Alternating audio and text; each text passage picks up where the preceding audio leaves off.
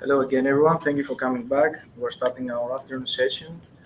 In the morning section, we talked about with Dr. Adigoni Papadimitriou about the women academics in Greece. We had a really good conversation here and generally about the academic system in our country.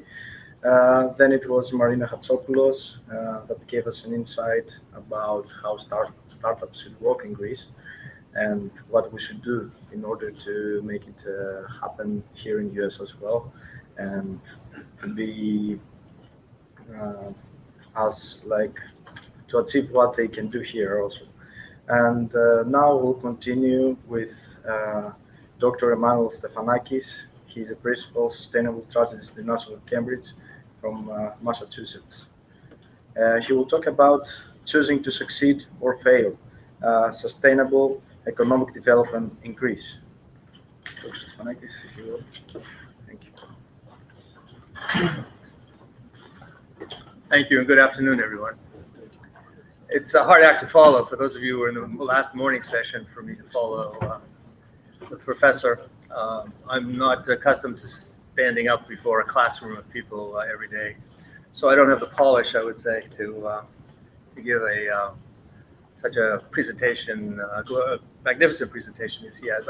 I'm primarily a practitioner, and what I'm going to try to do today is build a bridge between what we heard from Marina Hatsopoulos in terms of entrepreneurship opportunities in the United States and in Greece, and the bridge between those two, and the discussion on ancient Greece and the ancient Greek philosophy of the commons rather than the individual.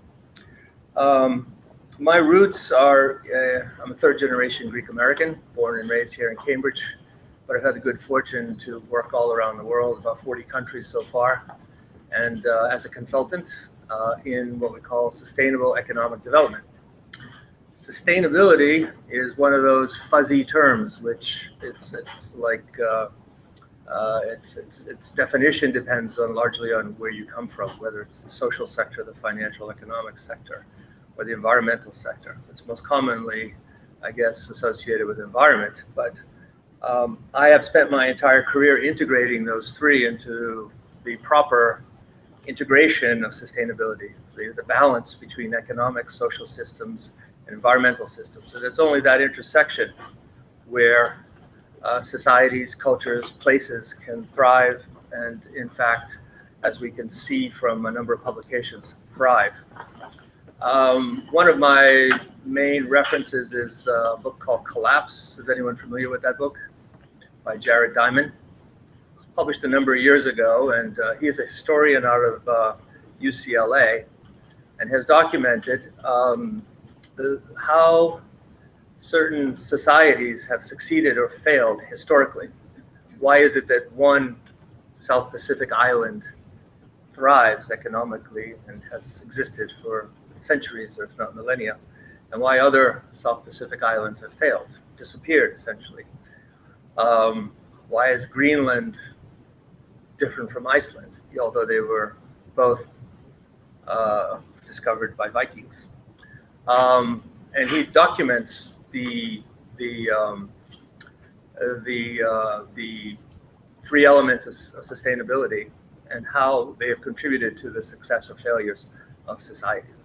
It's a fascinating read for those of you who don't know it.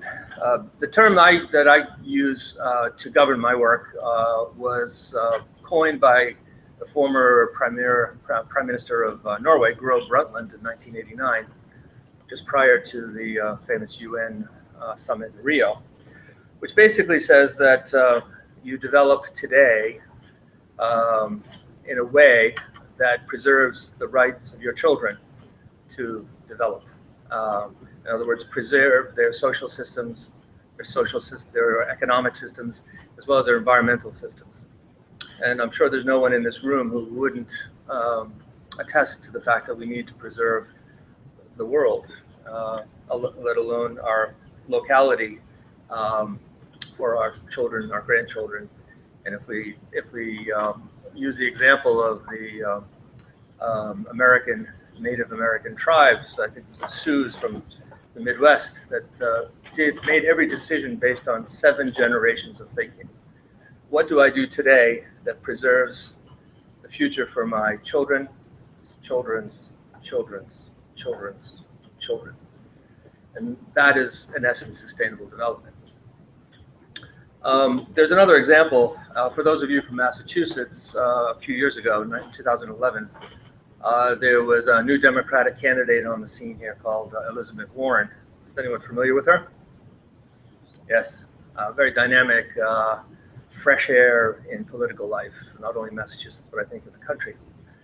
And she has she made a presentation that went viral on YouTube within minutes, basically saying, good for you. And although the topic wasn't sustainability, I think it exemplifies the concept of sustainability. She was saying that she was trying to make the argument that people who have done well in business owe some kind of a debt to society. And although that they should be lauded for being successful, they also owe it to society to pay back through taxation, presumably, and through service. So she says something like this, and I cannot say it as eloquently as she can, so forgive me, but she says, Mr. Entrepreneur, good for you. You've made a good life for you, you've made a fortune, you've put a lot of people to work. But let's not forget the fact that you needed roads to deliver your goods and services to clients, and those goods were provided by us, the rest of us. Good for you, but your employees got an education largely provided by the rest of us, so that you could have talented, skilled workers. You can operate your factory in this environment because of security provided by the rest of us, and so on and so forth. I think you get the gist of it. But what that really shows is it's an integrated ecosystem that we live in, that we work in, and that we thrive in. And that a business or a government or an individual cannot live in isolation, but has to thrive will only succeed or fail based on a successful ecosystem which supports their existence within a society, within a common arena. I would like to say more about the Greek economy and how I could help solve it. That's not my particular expertise. I have an opinion, as many of you do. We can look at Greece historically, much like we did in the earlier presentation, that eloquent presentation. And we can see that Greece historically has succeeded and failed. And I'm not a historian to elaborate on that. But there was a period of time, there have been several periods of time when Greece has succeeded and failed, just nearly disappeared from the map. The question is, what can we do now? What little can we do now as individuals and as a society to prevent the failure of Greece? And I'm not suggesting that it's a doomsday scenario, but more like watching the sun set in Lapland on June 21st. It doesn't really quite set. So a little bit on the types of work that I've done, which I think have contributed to sustainability. Identifying problems which have arisen in societies and economies, and then building a bridge to some kind of a solution, perhaps on a micro scale, not on a macro scale. There are a number of projects which I think typify the kinds of things which could be applied to the Greek economy, not verbatim, not as an exact copy, but in principle, the types of things which could help bring back the economy. There's in 1992, after the Eastern European system, political system changed, there was some desperation in the economy. The government subsidies provided by the former socialist states had disappeared under democratic reforms. Companies were left without the support that they had. Families were going hungry. They were working, but not being paid. Tax revenues were in desperately short supply. So the question was, and raised for me to answer, is how can we help these companies continue to operate, provide jobs, provide some growth in the economy in a way that's working in this political economic vacuum? And to make a long story short, what we did was, and also to meet the new regulations, because although these companies were in desperate financial shape, they also were obligated to operate under the existing legal and legislative frameworks, like environmental controls, like taxes, like providing social networks for their safety nets for their employees. So what we did was, taking a model from the United States back in 1980, created a revolving fund that would allow companies a feasible way to keep operating by providing a low interest revolving fund that would allow them to make their environmental improvements. So if it was a factory that was dumping polluted water into the river, this company would be able to afford to build, to purchase and install a wastewater treatment facility at a relatively low interest rate and payments over a long period of time. At that point, the Slovak banks were lending money at somewhere between 20 and 30%, and you would be lucky to get a loan, even as a large business enterprise, you'd be lucky to get a loan for more than 6 months or a year. Basic arithmetic says you can't build a $20 million sewage treatment plant and pay it back in 6 months. But if that same enterprise was allowed to get a lower interest rate, more reasonable, say 6, 7%, and pay back over 20, 30 years, all of a sudden it's feasible. So we enable the companies to keep operating, to improve their performance, to add more jobs to the economy, essentially, while preserving the jobs of the people that were already in the factory. So that's a way to use market-based forces to promote sustainable economic development. That's one example. Another is I served as an advisor to the governor of Oaxaca, Mexico. And if any of you have been there, it's one of the gems of Central America and the world, I would say. Really charming place, very rich in history, cultural history, and was becoming a victim of its own success. Tourism was increasing, the pressures of development were increasing, and the struggle was, how do we preserve the basic character, fiber of the existing society, the historical importance of this place, at the same time that we can accommodate growth and prosperity. So again, as an advisor, we established another fund to allow the tourist industry, which was basically focused on their individual enterprises, to expand their view into more of a societal responsibility. And a new hotel opens up, it's wonderful, it gets full. What happens? Where does it get its workers? Workers come out of the countryside, out of the mountains. Where do they live? Well, initially, if there's no housing, they will live in a shack, tent, out in the open. That is all part of the sustainability. So we would enable an enterprise to build housing associated with their enterprise. We would allow them an opportunity to provide medical services, again, by making it affordable. And this would be done through a public-private partnership with the government and private banks and the private for-profit institutions, businesses. In Jamaica, I was an advisor to the government of Jamaica a number of years ago. And the issue was, how do we introduce the concept of sustainability? This was back 20 years ago, 30 years ago. And there was an irony in the town of Ocho Rios. There was a beautiful coral reef, which many tourists would come and see, but more and more tourists wanted to come see. And the cruise industry discovered this wonderful gem of the coral reef and the waterfalls near it. Has anyone been to Jamaica, Ocho Rios? So you know what I'm talking about. So the Japanese government very generously financed a pier to be built off the coast to enable tourists to come into Ocho Rios, spend their money, get back on the boat and leave. What happened is that the pier was built over a coral reef, destroyed the coral reef, destroyed a resource that tourists were coming to see. And not only that, but when the business increased in Ocho Rios, people came out of the mountainsides from the villages, had no place to live, were camping out upstream of that beautiful waterfall that tourists were coming to see and using the water for all their daily needs. And as a result, not that tourism declined, but the quality of tourism declined.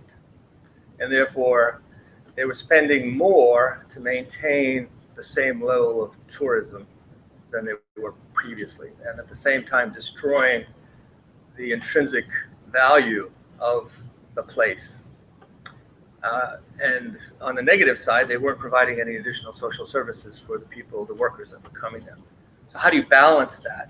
And that's all part of the sustainable economic development thinking. You can't promote one enterprise at the expense of other enterprises, institutions, individuals, or society. And that's the concept of sustainable development.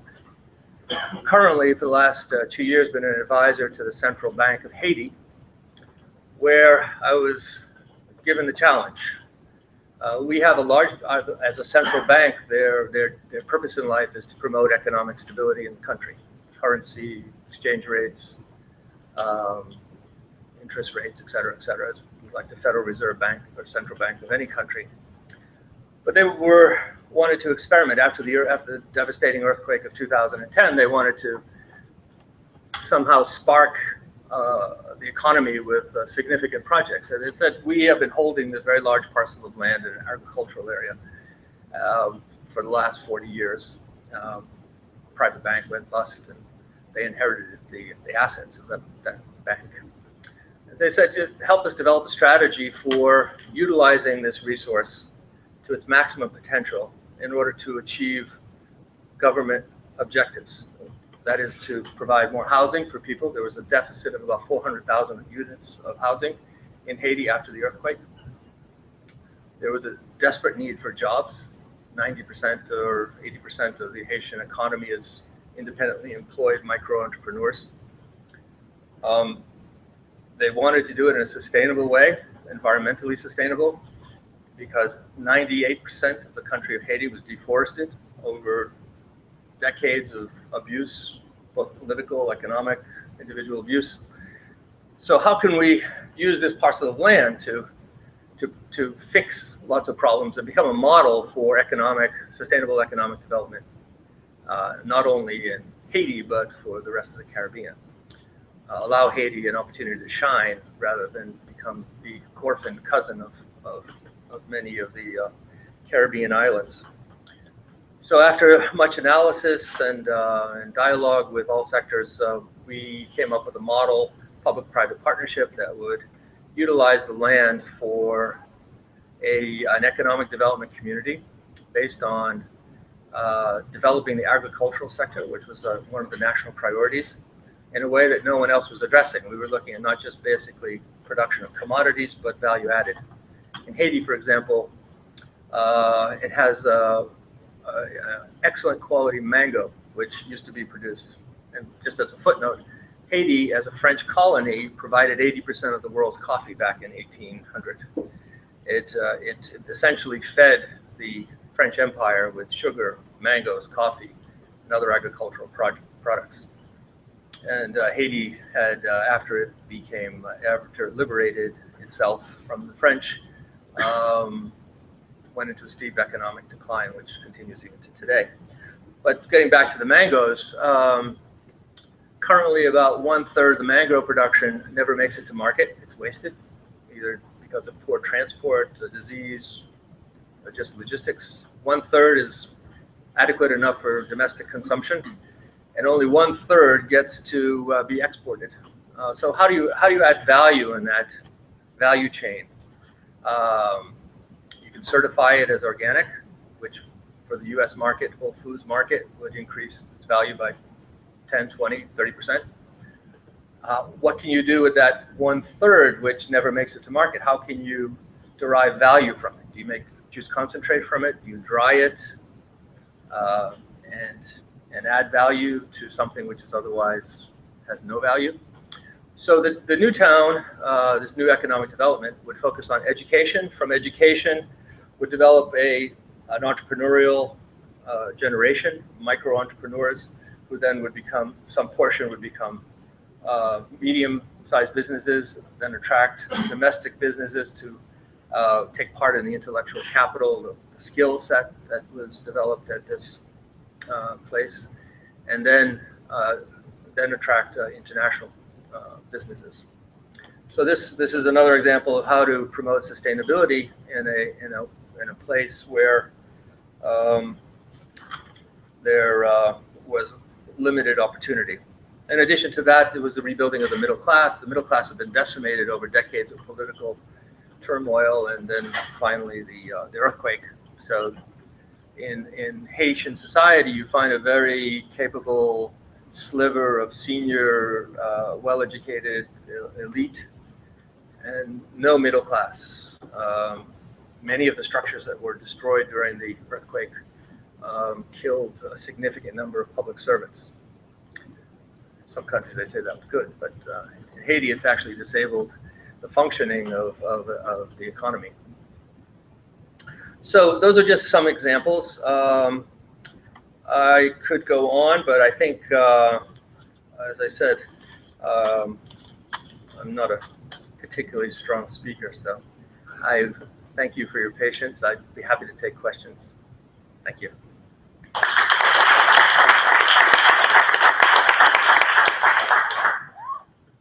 Yes. So, please allow me to disagree with you in your very last statement. I do disagree with your last statement. Okay. Your speech was very nice and very informative. Regarding Haiti, what would you say the situation is now compared to, say, 5 years ago, the earthquake, in terms of successful deployment of actual deployment of sustainable growth and development? And so we don't hear much about it in the news, of course. Yeah. But focus has shifted to Nepal now. Right. How would you assess the current situation? There are many things to say about that. I think that the immediate response after the earthquake was positive. There were a lot of promises made. There was a lot of mobilization of international resources and people to help. But it became clear after a very short period of time that the activity that was taking place was not adding to any sustainability. In other words, they were not adding to the capacity of the Haitians to help themselves. The NGOs that went in there and the foreign governments that went in to help were siphoning off the few qualified public servants that were left and offering them more money to help in the more immediate activities that were required. Again, depleting the national government. There have been many reports now to show about the disastrous impact of the immediate response. And I think the conclusion is that if the foreign aid went to prop up the government and its activities and its capabilities, that it would have been much more effective in the long term. Now, having said that, has Haiti made progress? Yes. It has a long way to go, but it has made some progress. The other part of that is that the governments which all promised assistance to Haiti, I think only 40% was actually delivered on the promises. I think the US government is one of the few which delivered all the economic aid that it had promised. On the other hand, if I'm not mistaken, somewhere around 90% of the aid that was promised to Haiti and given for the reconstruction of Haiti was actually consumed by American individuals and corporations, providing technical assistance and support. So only 10% was put in the hands of the Haitians.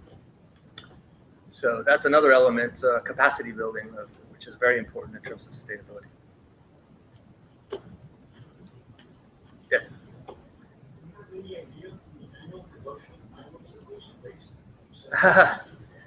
I don't remember the quantity, but it's 1/3 of the national production. Well, that would be another value-added use, yes. Although it would have much better value as a juice concentrate or as dried mango, rather than the leaves and the other, the skins and things. But there are people working on that. But that would be the intent of this college and this new economic development community, to find creative uses for products which are undervalued. fermentation? You mean mango liqueur, wine? Sure. That's the nice thing about this economic development project is that we would not dictate what economic activities would take place. It would be market driven. But through public education, through marketing, through public-private partnerships, we would introduce the opportunities in Haiti to the private sector. So whether they chose biofuels or fermentation or mango concentrate, it would be up to the marketplace. Yes. Your experience in relation to consultants, how much is consulting utilized by companies to maximize efficiency? I'm a little out of touch with what's happening in Greece now. I lived there for 10 years, but the last time I left, the last time in 2005. I've seen the McKinsey report, which was done, I think 2 years ago, maybe 3. It's a very impressive piece of work. It does not address the issue of sustainability, though. In my quick read of it, it looks like it focuses on mostly economic development without integrating the environmental and social aspects required in sustainable development. I may be misspeaking because I haven't read it thoroughly, but in a quick read. Okay. You're the expert on that. You'll be presenting it tomorrow. Right. So that was an obvious missing piece. I think in general, Greece does not think highly of consultants. It prefers to buy products and goods rather than services. But I think that's a problem with that whole part of the world. I worked in the Middle East for 10 years, and they don't value consulting services either. So. Yes.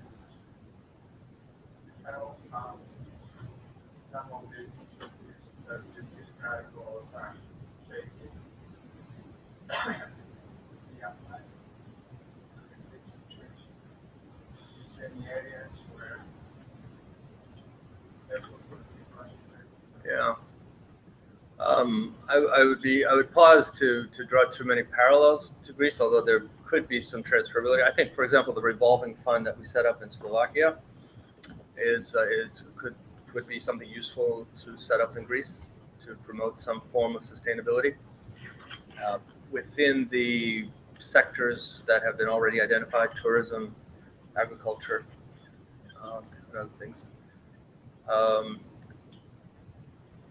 I think rebuilding rather than new communities in Greece, I would look at looking at existing communities which might be depressed, economically depressed, and then looking at ways to revitalize them, to work on decentralizing the population, which has been an old story going back at least 50 years. Those are just some ideas off the top of my head. Who would provide their plans for the revolving fund?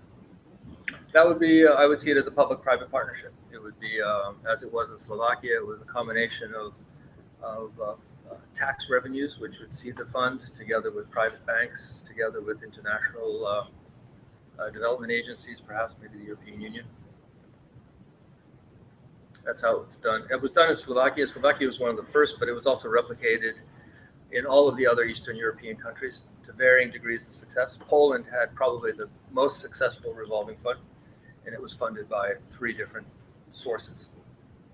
What they did was they took the budget from the the Ministry of Environment that was used for environmental improvements, and instead of giving it directly to municipalities or to the government to make improvements, they channeled that money into the revolving fund. So there had to be a market case for making environmental improvements. For example, you don't only build a wastewater treatment plant because it's necessary, and it is necessary, but you build into it a market-based component, and that is people have to pay for what they use. After the walls came down in the early 90s in Hungary, for example, the government had no money to provide clean drinking water to Hungary, the people of Hungary. So they kept raising rates, and they went up, I think, if I'm not mistaken, about 1,000% over a fairly short period of time, and they were waiting for another revolution to begin, but it it didn't happen. What happened was instead that people started turning off the taps, they started fixing the leaks, they started not washing their cars every day, and the market forces, the market pressures on the cost of water, the actual cost of water and wastewater was transferred to the users, and the users paid for what they consumed. I suspect some of those principles would be very effective in Greece as well.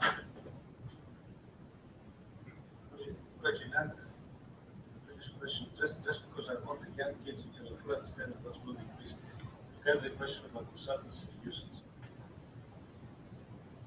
The lady who spoke about emulating us, the Israeli innovation model, I have a wonderful little graph to show you that in the ranking of private R&D and private investment in innovation, private, not public, Israel is number one. Out of 50-something countries, Greece is the last one. And I can attest to, because I worked with pretty much all the major industrialists of Modern Greece, they're the last people that you're going to call them willing to pick up the phone and fund the research project at the university. Some of them do. We never say not all of them.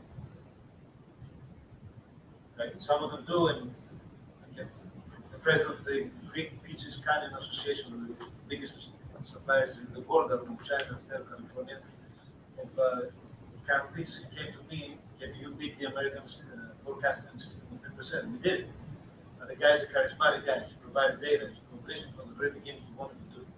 But the majority of the guys, they will come to you, they will ask you for a coffee meeting with bodyguards next to you, and they would like you to provide an answer on the fly about if a certain component of the supply chain is to be offshore today or tomorrow. And when you will answer, not only that, of course, the answer is data dependent, they're not going to be willing to listen.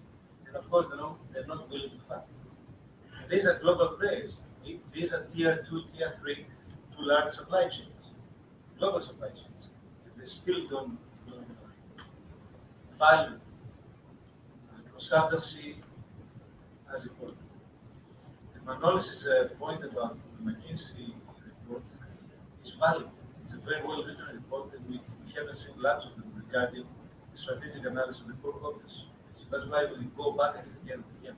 Yeah. Because the very few times that I saw anything, and remember, this was funded by the SEB, the Greek Association of Industrialists for Markets. It wasn't funded from the Greek state, interesting enough. It's better that way. I think I mean, you all know, I don't have to tell you that there's been far, far too much dependency on government funding and government support for all activities, public or private. So, public-private partnership is the way to go.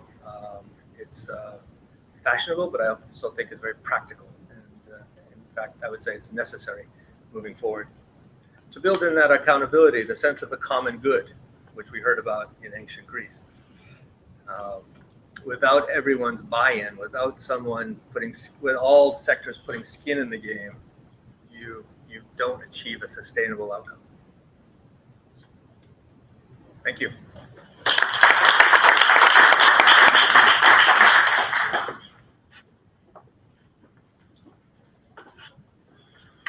Thank you very much, Dr. Stefanakis.